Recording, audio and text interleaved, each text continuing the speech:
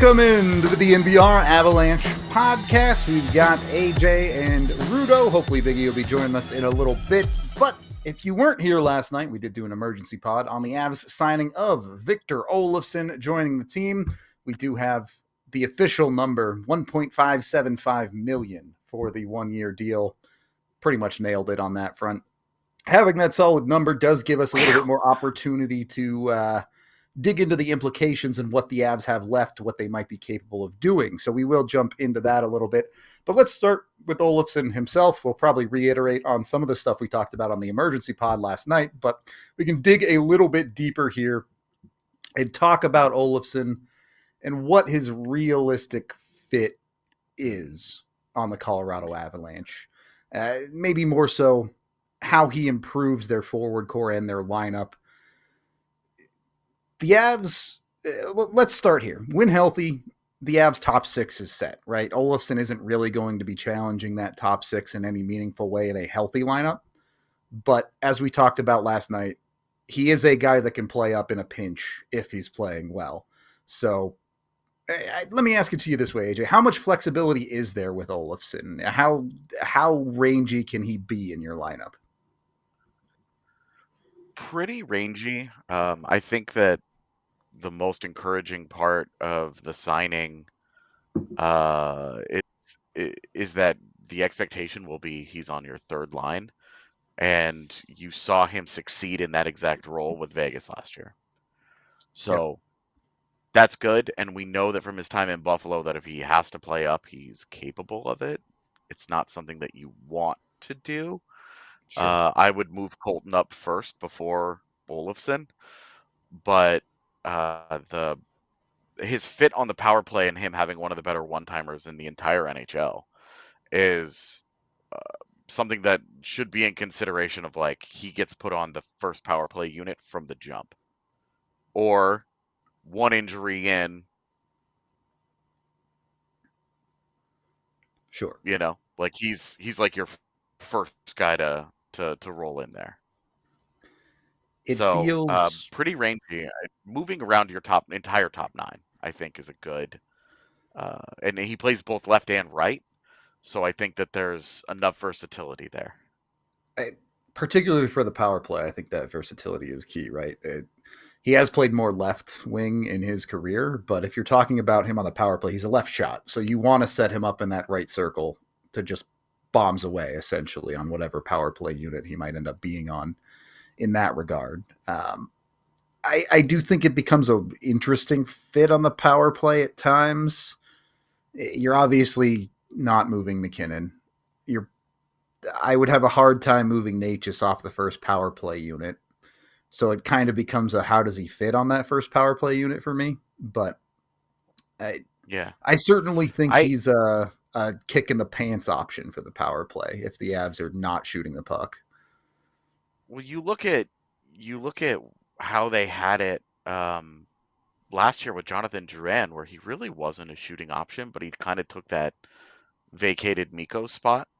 Yeah. And really, you just take Drouin out of there and you put Olofsson in, and you have a different dynamic of this is a guy that will not be shy about shooting a one-timer, and it's a weapon.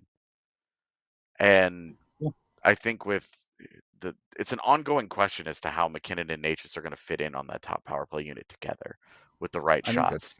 I would like it to be a lot more diverse than it was at times last year, where they both kind of settled in the same zone of the ice. But I think with Landeskog back as your net front presence, you just run a McKinnon, Makar, Natchez, Landeskog, and then Olofsson could be on your top unit. Like, that's how you're going to maximize that value. Is it better to do that or have Brock Nelson there, or do you want another puck hound with Lehkonen or Nichushkin? I think that the fun part of this is that you can make a really solid argument for 5 different alignments. Yeah. And if it's not working with a guy, like, you're not Swap it. immediately out of options where you're like, oh no, Yoel Kiviranta or Logan O'Connor is on your power play unit like in the blink of an eye, right? Like you suddenly have what, 9 forwards that you feel really comfortable with on a power play. Certainly 8 at least. Yeah, 8. You're right. Which My is bad. which 8. is 2 power play units worth of forwards. So Yeah. Well, and the Avs have been running that 2D second power play unit yeah, with Taves and Girard for so long, and now you're like, okay, well, Brent Burns has got to mix in somewhere into this, right? you would That think. they've got an extra forward body and 2 extra D bodies because Taves, Girard, Burns, Malinsky, all guys that you're comfortable with on a power play. So suddenly the man advantage actually looks like a robust wealth of options, assuming the coaching staff is actually willing to use a second unit, which, as we know, an ongoing question mark. Yeah. Expectations there are questionable. Who knows what Hackstall has to say on that front, but at the end of the day, it's hard to pull guys like McKinnon and Makar off the ice if they want to stay out there. I let me ask you this, because we've talked about a lot. Generally speaking, Bednar's deployment, he likes to go best on best. When you start building a third line of Olofsson and Colton, and I know the center spot is up in the air, you've talked a lot about wanting to keep that Logan O'Connor, Jack Drury, Parker Kelly line together. Yeah. Does the Avs bottom 6 move away from a clear third line and fourth line clear cut into a more offensive targeted deployment of a Colton Olofsson X line and a more shutdown targeted line of Drury, LOC, whatever it ends up being? Yeah, I don't know if Drury's not your 3C, like, I don't know who is. Well, Because we'll talk like, about some options there later in the show, but yeah. right. But like, are you doing Ross Colton in the middle and then going Kiviranta and Olofsson just so that you can keep that trio that you really like together, the Kelly Drury LOC trio? Because it's a super effective fourth line. It's very good defensively. Like, you would prefer to keep that line together just because you know it works so well. Not because you don't think Drury can do the job, anything like that, just because you know that line together works really well. And I think you would probably see the Avalanche deploy them as more like their minutes distribution would be closer to 2 third lines than like a, this is your third and this is your fourth. Right. Like, Yeah. it wouldn't be such a clear cut stack as we've seen with the Avs, where over the last 9 years, Yeah. basically Jared Bednar's entire 6-minute tenure, fourth line. Yeah. yeah, they've been comfortable just being like, fourth line, never heard of it. This So is a they're not fifth in that line. position right now. So Yeah, I would agree. I would like to see that fourth line trio stick together, but how do you make it work? Because you move Colton to center. I apparently am one of the few people that just didn't have a problem with Colton as center 2 years ago. It was imperfect, but like, all the underlying data was pretty solid. He made some mistakes, but like, I don't know that yeah, anyone has a problem with Colton at center. It's just everyone saw that 1 month of Colton on the wing and went, "Oh my god, yeah. this is amazing." Yeah, and like, yeah, he's playing next to Nathan McKinnon. He's in that bumper spot before teams started selling out to stop it, and then McKinnon didn't adjust to it, and then, like it was kind of just the I think it was just a gross overreaction to like one comically hot month from Ross Colton. But I would prefer him at wing, but I don't mind him at center if that's where they started out, I'm good with that. Kiviranta is your responsible adult. Colton and Olofsson are both guys that prefer to shoot. So having Colton in the middle of the ice is probably not I an think amazing fit together. Yeah, I would agree that it might not be the best fit, but it starts to make more sense with an Olofsson on the wing, right? It was hard to ask Colton to play center and drive a bunch of play with a guy, even like a Kiviranta, who I knew shot very well last year, but does not create a lot of opportunities for himself, is not going to really help Colton push the play at all, playing at center. No. And I know Olofsson isn't a play driver, but that's someone with enough skill that you can have Colton maybe lean into a bit more distribution from the middle of the ice and rely on a guy on your wings to do a little bit more than just, I got the puck and I'm immediately shooting this thing. Yeah. Yeah, it's I said on our emergency pod that it's shaping up to be a little Island of Misfit Toys energy right now, and I think that that's still true, where they may not be a natural fit, but you'll just live with it because you love your other three lines when healthy. Obviously, the first month of the season with no LOC, you're just finding stuff out about some guys that we're not talking about right now. Yep, there's gonna be the typical first couple months of the season of, hey, we're going to play with the lineup a little bit. We're going to see what we have with certain options. Certainly the first month or so when LOC is out, I have no doubt we'll see not just multiple line combinations, but multiple different guys, whether it be Bardakov, whether it be Steinberg, whether it be Ivan, whoever. You're going to see that typical flux of a lineup in their bottom six, which is, I know we talk so much about lineup stability, but the reality is most bottom sixes in the NHL are going to see a number of guys rotate through those spots. So yeah, I tweeted out last week that I was curious why some Avs fans were not viewing the Avs as contenders, because it's a pretty well-built team right now.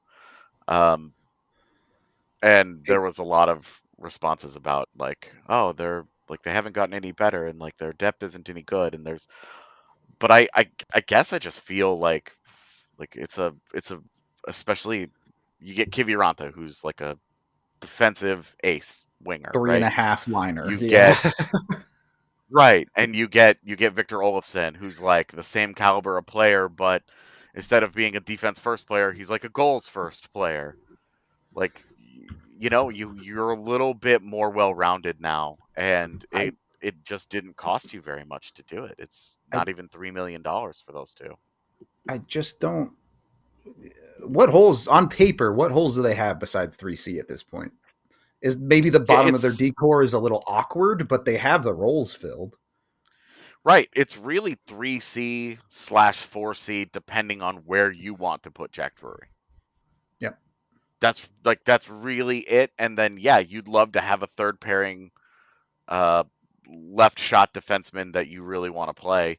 And I don't mean Keaton Middleton, just because, this is no offense to Middleton, who's done a really good job developing his game and putting himself in position here. But Sam Malinsky's just better. Yeah. But is Sam Malinsky that much better playing on his offhand? Because Sam Malinsky's going to be the guy on the left side. They're not moving Josh find Manson out. Yeah. We're about to find out. Right, and that's the that's where you're you have a guy here, you have a guy that you like, and you have a guy that you feel good about, but can he do the job he's going to be asked to do? Because right now the player that you feel good about isn't going to be playing in the role that you would feel best about him in. So how does it look? And if you're back to the Gerard Manson alignment, frankly, you don't feel very good about that. Yeah. The problem with bringing EJ back is he's also a righty. Yeah. Regardless of age and all of that. If EJ was a lefty, I think it's a much bigger conversation of, hey, give that guy a league minimum deal and see what he's got left in the tank. But the Avs are already crowded on the right side, which I know is a weird and unusual problem to have in the NHL, but it is the one that the Avs are running into with their decor right now. It is odd. Do want to talk more about Olofsson and the Avs center spot, but we do need to take our first break of the show here. So let's get over and do that to make sure our salary cap is in the right spot. You can make sure your salary cap is doing well when it comes to Cake Mortgage. If you're a property investor or just looking to get into the property investment game, that's when you hit up Cake Mortgage. If you're thinking about buying a house, get with them. Whether you want to purchase, drop your rate, or take cash out, Cake Mortgage makes it easy. You don't need your tax returns, you don't need your W-2s, and there's no complicated paperwork. All you need is a lease agreement, or we can just use market rent prices. It's a piece of cake over at Cake Mortgage. Get this, even if the property's vacant, or even if you just purchased it, they can help. Whether it's a home buyer, an investor, or any other option that comes with properties that rent doesn't cover the mortgage payment, it's not a problem. They'll get it done over at Cake Mortgage because Cake specializes in loans for investors just like you. So call 1-800-EAT-CAKE. That's 1-800-EAT-CAKE to get a hold of them, to get a bigger slice of the American dream. Or you can always go to cakehome.com to read their 5-star reviews and to get started. When you do go to 1-800-EAT-CAKE, make sure you mention DNVR sent you over there. Cake Mortgage Corporation, Equal Housing Lender, NMLS number 1734623, licensed by Colorado by the Division of Real Estate. Of course, terms and conditions apply. Once you're all settled with Cake Mortgage, you've earned a good lunch or dinner. I don't judge. You eat your chicken fingers when you want to eat your chicken fingers over at Raising Cane's. You can order online at raisingcanes.com or on the mobile app to satisfy your chicken finger fix in a snap. At Raising Cane's, every chicken finger is hand battered and cooked to order. They've got every crinkle cut fry crispy and perfectly salted, and their Texas toast is buttered to perfection, all of which ready to be dipped in their special cane sauce made in restaurant every single day. So get in with them. If you're hungry, or are you hungry yet even? I'm always hungry. Can't beat me on that one. I'm always eating. But get your order today at Cane's and keep the road trip going. Raising Cane's Chicken Fingers, one love. Second period of the DNVR Avalanche podcast. Should we start with Olofsson's statistics here just to realistically take a look at what he's bringing, and maybe we can transfer that conversation to the type of center you'd like to put with him? We can start with the heat map if you have it, Tiff, or whichever chart you bring up first is fine, to be honest. Olofsson is a good goal scorer. This is a guy who can find success in the offensive zone by shooting the puck, but he literally doesn't drive any play, like anti-drives play in many regards. He's going to need people that play with the puck around him to help produce offense. Yeah, you see the red spot there on in the top left on that one? That's where he shoot from. That's where he likes to shoot from, yeah. Yep. He's always been a perimeter-oriented shoot first player. That's who he is. That's who he's always been. He does not drive play. He does not transport pucks. He does not skate them out of danger and through the neutral zone. You're not looking at like a zone entry guy here. Like he's not great along the wall. He's not great winning battles. He's not super physical. He is there to shoot the puck. Yep. That's what he does. I don't really know. You see the next to the negative 12%, which is ghastly bad, by the way. The rightly to the right of that is a plus 1%, and there's a little bright yellow spot on the right circle. That's where he shoots on the power play, and then he creates a bunch of rebounds because of that. So there's a lot of shots on goal right in front of the net. That's where he's going to eat. That's what you got to do with him to be successful. Defensively last year, pretty solid. Had a much better defensive year than he'd ever had in Buffalo. So you do feel he got some structure. He got sheltered a little bit, which if we were talking about like a Ross Colton, Yoel Kiviranta line, he would also get sheltered. If you're talking Ross Colton and Jack Drury, you'd probably still have to shelter that line a little bit. Yeah. I think that's just it. Like, I think that's just going to be the reality for them. You're asking for him to not get cooked defensively, right? Just be passable. You don't need him to be shutting guys down. You just want him to not give it all back. Just engage. Like, he's not going to block shots. He's not going to hit guys. He's not a physical guy. Just engage. And this is my concern with him staying in the lineup in a healthy lineup over a guy like Kiviranta.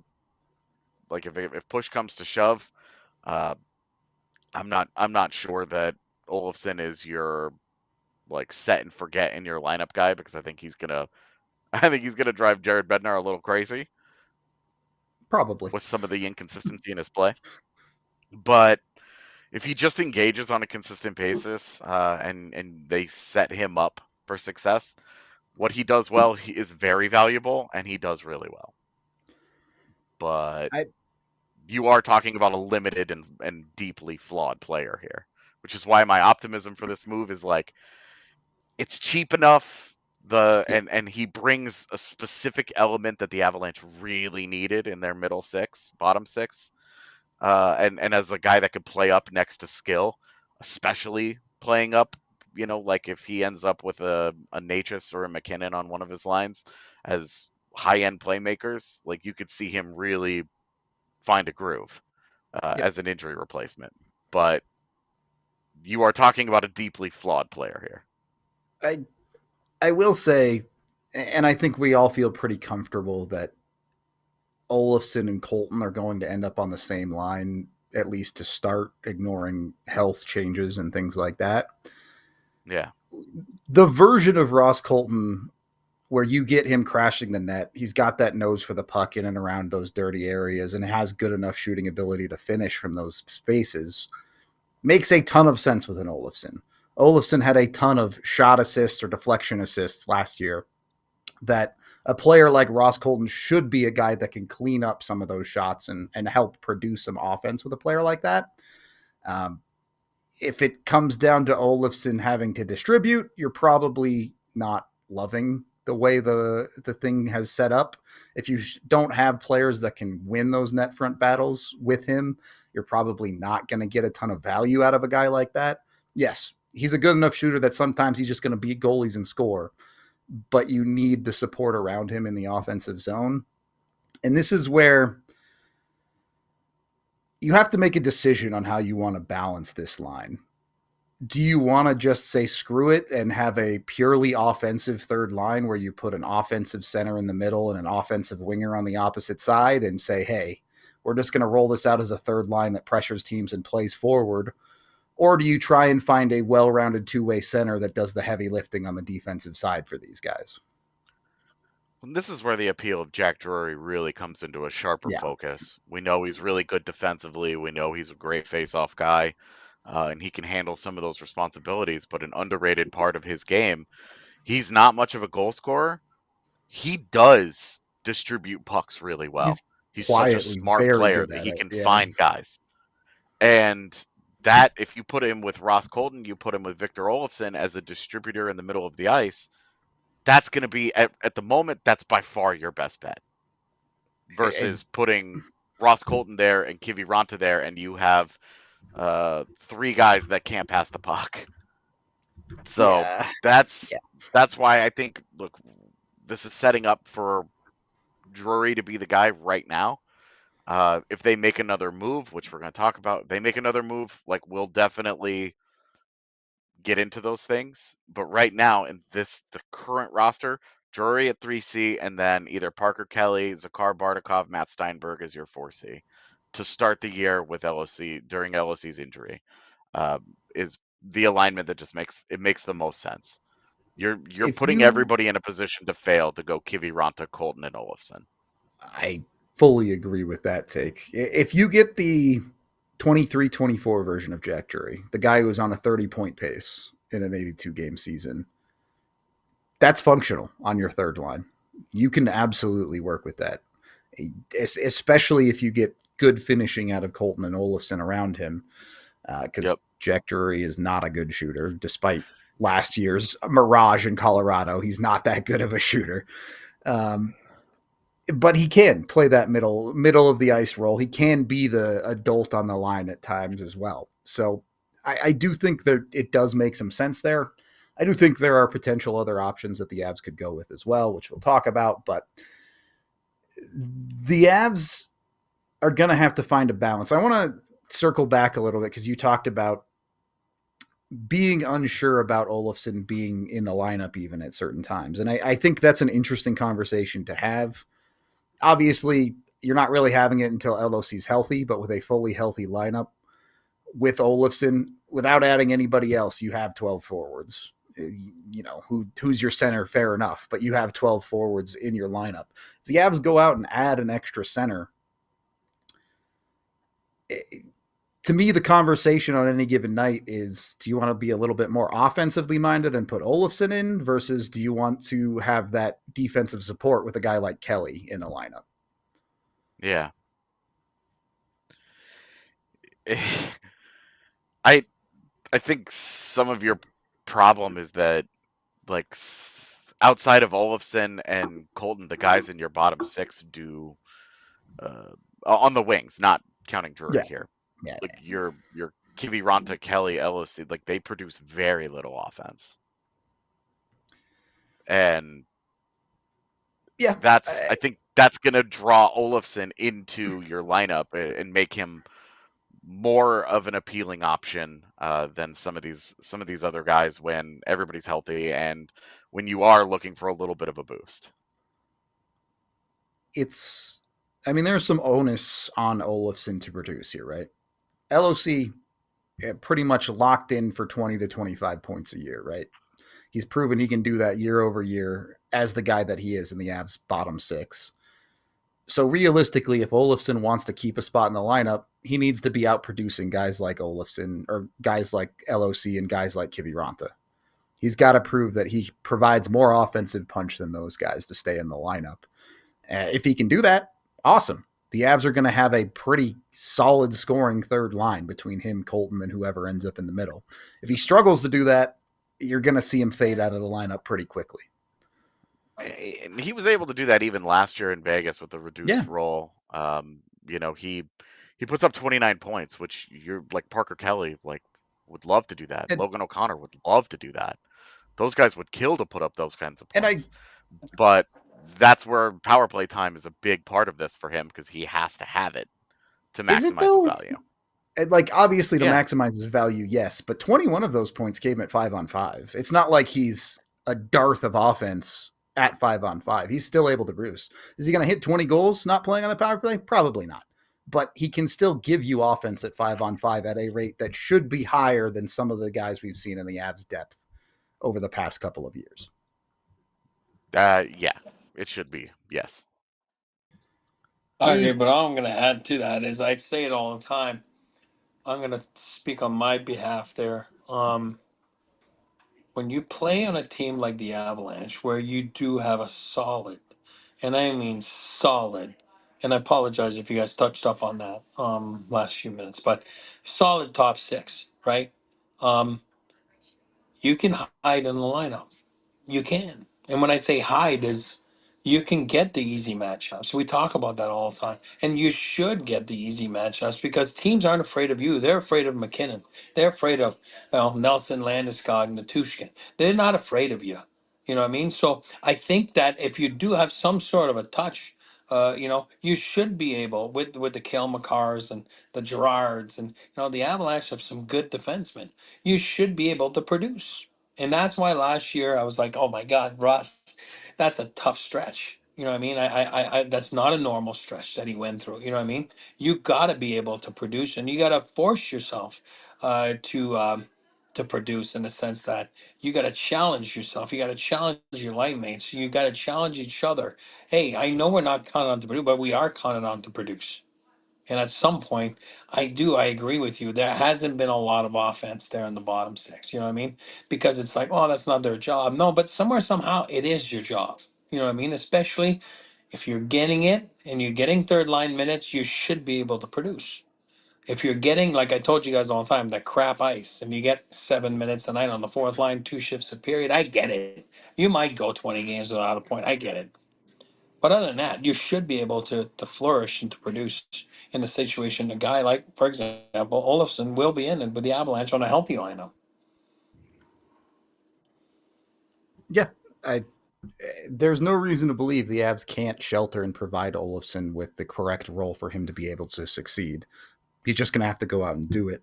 I do want to talk about putting guys next to him, but we do need to take our second break of the show. So let's make sure we do that and put the right guys next to each other in our lineup. I don't know. I don't know where that's going. What I do know is if you want to go watch Olofsson, you can get your tickets through Game Time. Obviously, hockey's still a while away, so maybe go get those Broncos preseason tickets or any other event. It doesn't even have to be sports. They've got concerts, they've got the theater, you name it.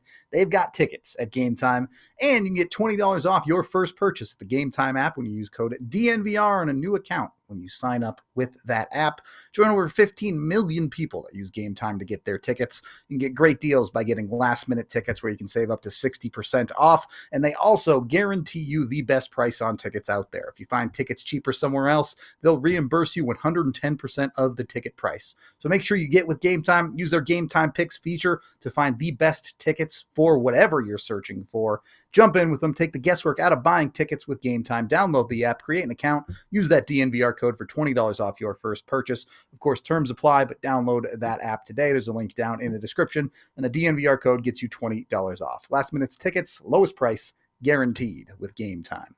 Once you've got your tickets, you also need to make sure you're chilling. Whether you're kicking it in the backyard, lounging on the couch, or maybe you're out at an event or gathering, choose Coors Light. You can get with Coors Light today. The mountains turn blue on the bottle or the can to let you know it's ice cold and ready to drink. You can choose that chill at any time by going to pretty much any liquor store in the country. They'll have Coors Light for you.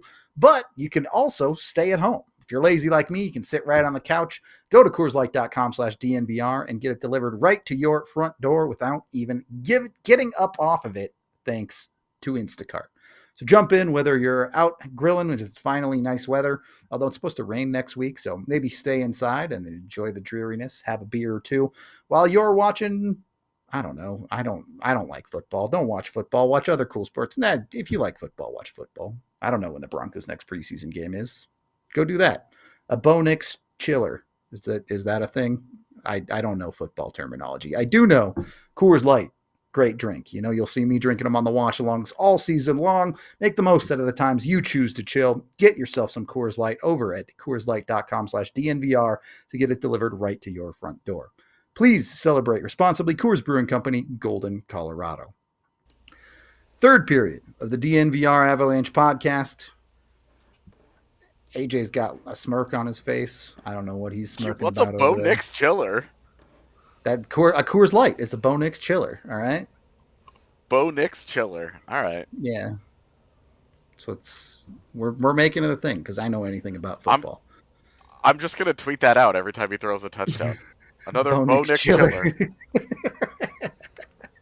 It's gonna become a Broncos shirt, and they're gonna have no idea why. Let's go. I'm in. All right. Let's talk about centers. Let's talk about potential options for the Colorado Avalanche at center here. We kind of already covered maybe the most straightforward thing is to stay internal, move Ross Colton to that 3C spot, or move Jack Drury up to that 3C spot, and you deal with 4C one way or the other. But there are other options out there, starting with, I think the only one you're seriously considering if we're talking about 3C left in free agency would be Jack Roslovic. We've talked about him before. Price might be a little bit high based on what it sounds like Roslovic wants. And, you know, there are some attitude issues and otherwise there that you do have to consider. There's also, like, this is a healthy scratch in the postseason for a team, all right? Like, the Roslovic profile is an odd one because he scores 22 goals last year for $3 million. That's great value. He's a right shot, third line center that could play center wing, kind of move around your lineup as needed, right? That's great. That's all, like, that's fine. He doesn't feast on power play points, so you know that this is a guy that is producing at even strength at 5v5 numbers. Great. These are all pluses in this conversation. But why is he a healthy scratch? His underlying data is a pretty significant concern, and attitude issues have followed him his entire career. Though every place he's been, it has been an ongoing problem for him. So, also, are we really going to bring in a guy who's going to wear 96? I feel like that's just going to make everybody mad. What's the number he's looking at? 3? Is that what it is? Like, give and take. I mean, from 1 Supposedly, yeah. 3.5. Yeah. Again, does that fit with the Avalanche at 3.5? Now, do you have to drop a D now, right? You know, No, they could fit it. So right now, if you take Ty Felberg, Daniil Gushchin, and Ivan off your roster, you could fit him in there. okay, you can fit him at, and then you're at what, 20 on the roster or Yeah, 21? well, and then 21. you're at 12 You'd have a seventh forwards, D. and a seventh D. Yeah, so you're Yeah, running fair. bare bones. You're running bare bones. I mean, again, to see that, I don't mind, like you said, Roslovic. Again, I'm going to use I'm going to use my sentence again. Usually when it's complicated, it stays complicated. It just seems like he's been a complicated one since, like you just said it, since the start, right in Winnipeg. Um, that usually, and that's okay. I'm not judging him. I'm saying if I'm the Avalanche, then I just stay away from that because, I do believe that you give that type of ice, and again, I should be his agent to Jack Drury. He's going to do what he needs to do. I firmly believe that. With some good wingers like Roscoe and, you know what I mean, like, Olofsson, and you know what I mean, like all of a sudden, I do believe, and again, I'm his agent now, honorary agent. I do believe Jack Drury can do the job that a $3.5 million guy can do, and I think you're going to get the same thing. So I wouldn't run it bare bones. I wouldn't go after a guy like that just because of the salary. Forget about the rest. You know what I mean?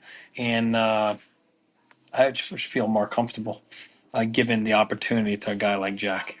That's just me, his agent. I I don't think you're necessarily wrong, but we do need to go through all of the options here. And Yeah, yeah, for I sure. don't know Yeah. that Jack Roslovic is the guy, but I know we all looked up Yeah, a couple of potential centers. Go ahead, AJ. Yep. frankly, if Roslovic is not getting a contract that he wants, and he just says, "I'm not going to sign for 2 years at a number lower than what I want. I'll take less for 1 year and go and do it in a place that I feel Great, like I'm going to be able to put up numbers and be successful." Okay, like if Jack Roslovic and then talks to the Avs and says, "Hey, 1 year, $2 million, done, temporary easy. relationship," Yeah, yeah, like you feel very differently about that. But right now, I want a multi-year deal north of $3 million, and it's really not even the money. If you really had to, you could figure that out. Uh, but but commitment. Yeah, it's the multi-year commitment to a guy that I just, frankly, I don't trust him. So I'm like, don't do it. Like, being the best center left in this free agent class, which wasn't good to begin with, isn't really a feather in the cap. yeah. Like that's not like oh, he's the best one left. All right, but is he good? Like the the guys that we're going to talk about here in a second, the hardest part about them is going to be some combination of salary and acquisition cost. And with Roslovic, there's no acquisition cost. You just sign him. True, You just give him money. but That's another part of that the appeal there, right? that's the thing.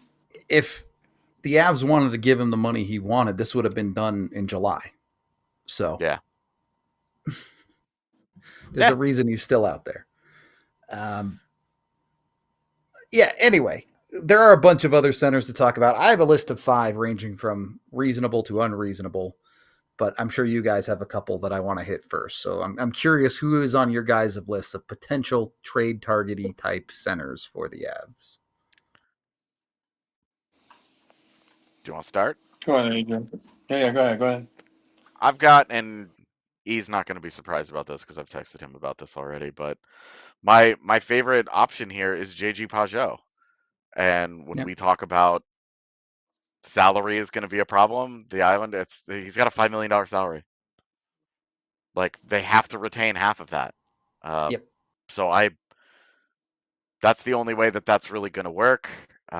But you're talking about a right shot that, funny enough, his offense has actually gotten a little bit better in recent years. Like the way that he's been driving play, his defense has fallen off a little bit, but he's also had a harder deployment than he would have in Colorado, where we're talking more of a depth, like not like a defensive stopper role.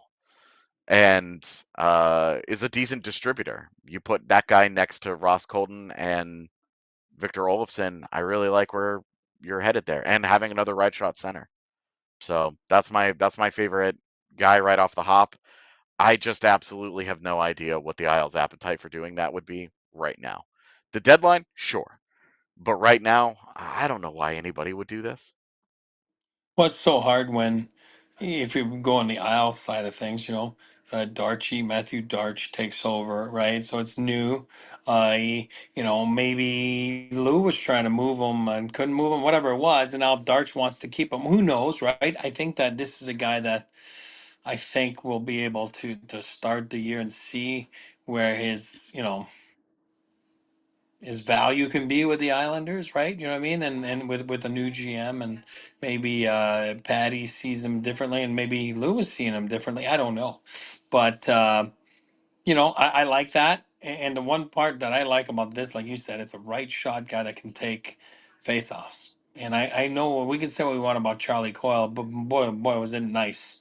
It was so nice to deploy that guy there. All of a sudden, go take a draw on the right side, and then you know what I mean. It was kind of a luxury, But yeah, that would be a nice ad to have, and somebody that's really good on faceoffs and really good at knowing what his role is on the team. But again, can that work with the Islanders? Let him go. I mean, he would be high on my list as well.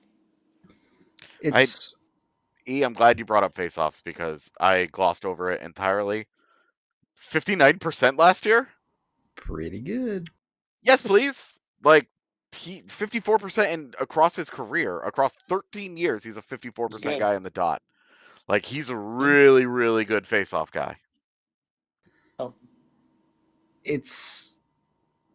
I think it's a good point to bring up that it's hard to make trades, especially as we get into September. You get into a time of the year where most teams are like, let's see what we have, and we'll go from there. So it may be worth noting some of these guys might be targets more like late November, December, when teams start to figure out what they have, what they want to move on from, when teams that are going to be bad realize it's going to be a poor season, things like that. So I don't know how why, Rudo? immediate these targets might be. Why is that? You know why? Because nobody's lost a game yet, buddy. That's true. Yeah. Nobody's lost a game. Everybody feels good about their team. We are good. We have a shot at it, Until you lose one, then all hell breaks loose. But, oh, it's funny. All right. The money thing is a bit of an issue for me with Peugeot, Yeah. but yeah, if you're looking for a reliable bottom six center, for sure. My options are probably a little bit more out there, a little bit. The first guy that came to my mind, Teddy Bluger. I love him. Look, Adam Foote, current head coach of the Vancouver Canucks, just help his old team out a little bit, give us a good deal on getting that guy over here. There are a lot of guys on my list that when it comes to at least the offensive acumen, just give me a clone of Jack Drury. If the Avs can just have two Jack Drurys, third and fourth seed, Yeah. Great, perfect. We can ask Footy tomorrow about Teddy Bluger. Footy's going to jump on tomorrow with us tomorrow. But we can ask him, say, hey, listen, help us out. You know what I mean? So, no, I like Bluger. And that's why there's guys like that find jobs, right? Guys like that find jobs, even to a certain extent. Like, I'm not saying I like him. I'm saying Av's name from Nico Sturm, right? You know what I mean? There's not a lot of offensive, but I'm saying smart players that can take draws and that are sentiment, people find jobs for them. They do. You know what I mean? Like uh, Thomas was it Nosek, right? You know what I mean? Now he's a Stanley Cup winner. Nosek is the guy. Like I'm always like, are you kidding me? He only signed for 900. I would go after him every year. You know what I mean? Like, they were why? He's only scored 4 goals. No, I know. Like but they play the right way, and there's a purpose for them. So, but you're right. The money is like sometimes can be tricky, and for some guys, it is what it is. But if the money can work, then you make it his work. money is easy, 1.8 mil. You can make his money Yeah. work pretty easily. It's more about how much does it cost to get Teddy Bluger out of Vancouver. Yeah, and you're talking about a team that's all actively looking for Trying to get better. Yeah. like center help. Yeah. They're not just going to be like, well, there goes the center. Yep. So Don't worry, I've got more options, but let's see who's next on your guys' list. I'm surprised you didn't bring up Tommy Novak. He's on the list. Don't Was worry. you? He's on Oh, the okay. I list. just want to make sure because he was on mine because I'm like, oh, the boys are gonna like that. You know what I mean? So yeah, Here's it's the one thing about Novak. Is he really a center? yeah. That was my next question. So He's absolutely fair abysmal on the criticism. dot. He doesn't really. He can play center, but he doesn't really. And I'm not saying it couldn't work for the Avs, but me personally, I am tired of running through guys in the Avs bottom six where it's like, well, he's not really a center, but let's see. I just don't want to do that for another year. We're going to put him there, and it's going to be a square peg and a round hole, and we're just going to pretend like it's working. Right. I know you're right, though. You know what I mean? You're right. That's why, like, Teddy Bluger is a center for me. You know what I mean? It's where this is. That's why I was like, I mean, I've seen him play wing a lot in the American League. You know what I mean? So I've always thought about him as a wing. You know what I mean? Then Sure. I saw him play a lot as a center in the American League. So I'm like, oh, is he a center or is he a wing? You know what I mean? Then I've always had that question. It's now in the NHL, it's still got the same question. A The thing smart about guy with a Novak, puck. is he's coming out of Pittsburgh, and expectations are Pittsburgh is not about to have a great season. They might be looking to sell off some pieces. So from that regard, it could be a Buzzard picks the corpse option out of Pittsburgh for sure. Yeah, and with Novak, again, you're talking about a goal scorer here. Like this is a guy that is going to drive. True. The thing with him though is that he drives play. Like he pushes the puck in the right way, and good shooter. Like there's a lot of upside there.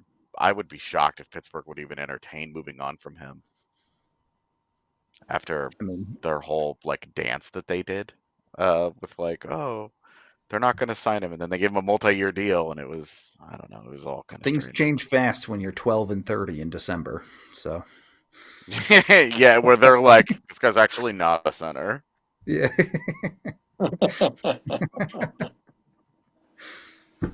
All right. Who else you got, AJ? Speaking of right shot centers that lose a lot of faceoffs, JT Compher, baby. AJ's got all the you need to retain guys. Yeah. Yes, it's true. Yeah, another guy that you'd have to retain. This is I don't think Detroit's gonna like I can't say I don't think Detroit's going to do a thing or not do a thing because I don't know what the hell they're doing, and sometimes they I'm not do sure a lot of stuff for sure. I'm not entirely sure they're cognizant of some of the decisions that they're making within the construct of their roster either. So this is just like we know he works. That's it. We know he works. He's the same player as when he left. Look, as a 3C, he's a really good 3C. As a 2C, not so good. He's good defensively. He loses a lot of faceoffs. Jared Bednar loves him. You know, like there are enough positives there. The downside is that it's 3 years. Yeah. That Detroit would be retaining on him somehow. Yeah. I don't think that's gonna happen. So. Yeah, I couldn't put Compher on my realistic options. I just couldn't do it, but it'd be fun. I mean, the money stuff, yeah, tough. Look, it wouldn't be a DNVR Avalanche show if we didn't try and dunk on Buffalo at least once. So let me get in a guy I've wanted since his draft year that you could yank out of Buffalo. Maybe you get him into a better system. Maybe things look a little bit better. Peyton Krebs. Don't do this. I knew this was coming, man. Yeah. No. Hold it up a little bit, buddy. You had Krebs on your list too. Trying. Yeah. Yes, sir. That's on my list, buddy. And I thought I was being sneaky. I thought I was being sneaky with Peyton Krebs. So you're Uh, not in left field, buddy. I'm with you. yeah, look, I think Krebs could be solid. Again, I think he's in a similar vein to Jack Drury, probably a bit more goal scoring ability. But the problem with Krebs is I don't know that he would drive enough play to really help that line from the middle. That would be an issue for me. Maybe you look at, hey, maybe Krebs is your 4C and Jack Drury takes that 3C role or something like that. But Yeah. you'd also need Buffalo to want to move on from him, which is Buffalo. At any moment, they can move on from anyone, as far as I'm concerned. Yeah, So, totally. But it's like no, but I'm with you because you know what? I fell in love with this guy in the American League. Was it the COVID year that he came in? It was so messed up, and I'm like, ooh, I mean, man, oh man, oh man, I loved him. You know what I mean? Like no preconceived notions, like no, like fresh. You know what I mean? American League game. I'm like, okay, I like him. You know what I mean? And I kind of followed him since. Now, is he a guy that all of a sudden he's on the fourth line, give and take in Buffalo, and hasn't, whatever? I do believe if you do give him a little bit more of the candy, I do believe he would. Again, that would come to the extent of my client, uh, you know, Jack Jury, it would.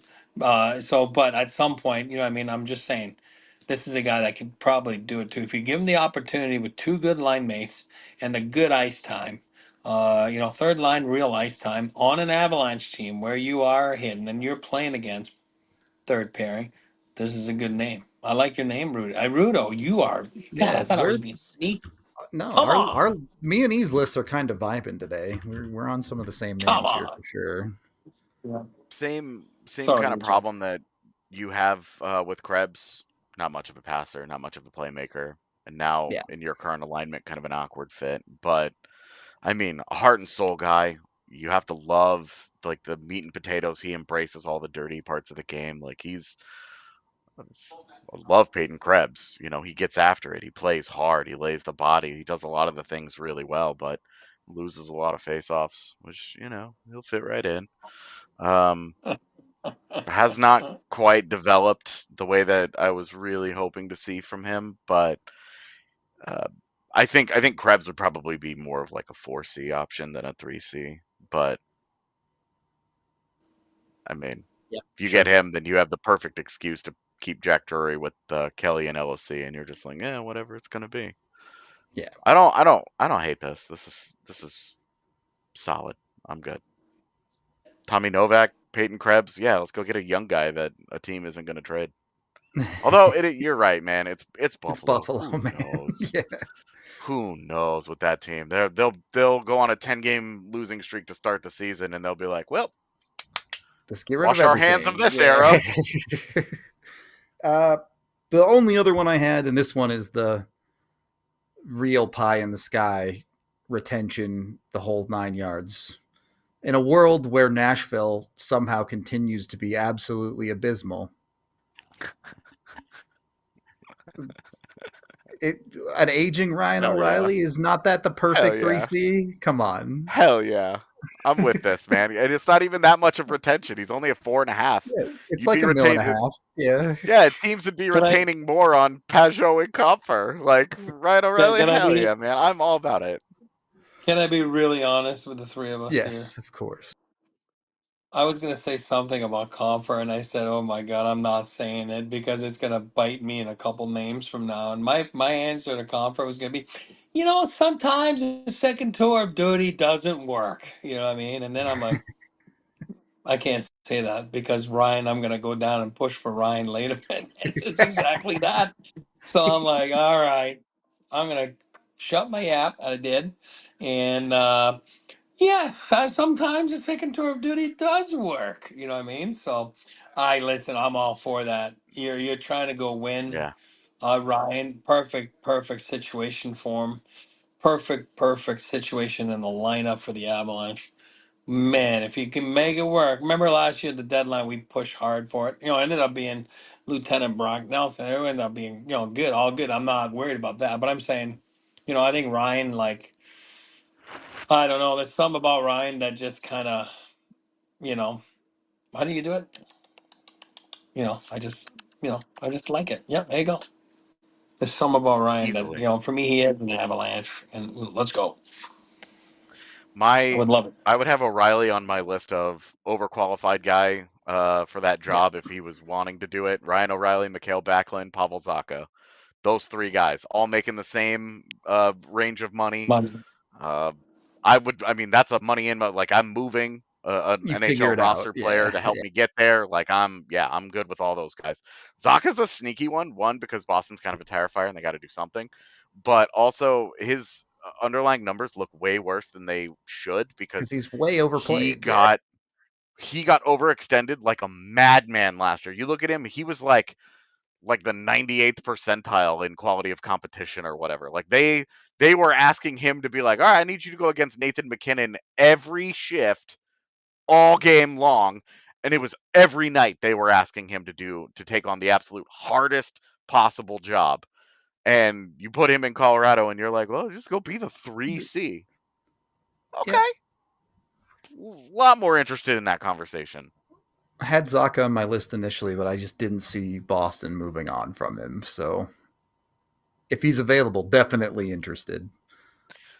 Same problem with Backlund. Like, he's not leaving Yeah. Calgary at this point in his career, but like that's a guy you get to the deadline. If they're out of it, he could just be like, hey, look, I'm at the end of the road here. Send me Just to a put me place where I can somewhere. get Yeah. one good run.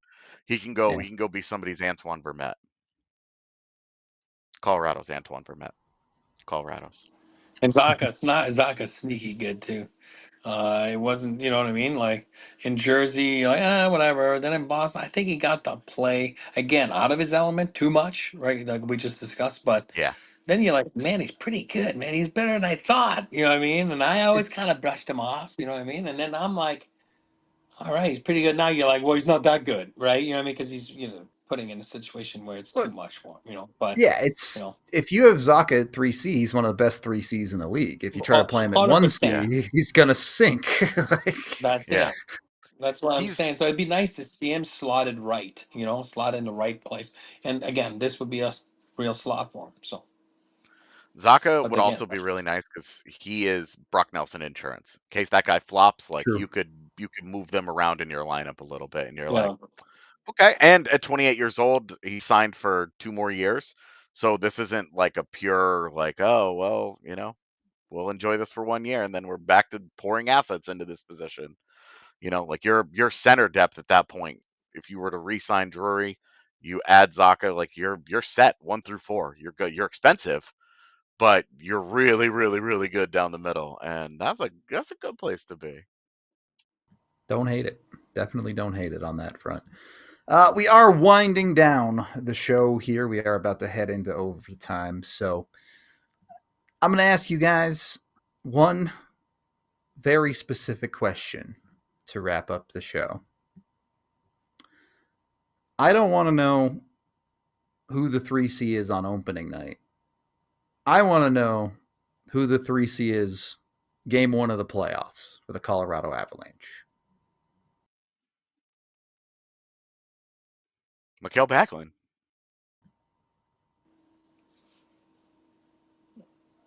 That's a fair answer. I'm going to give you mine.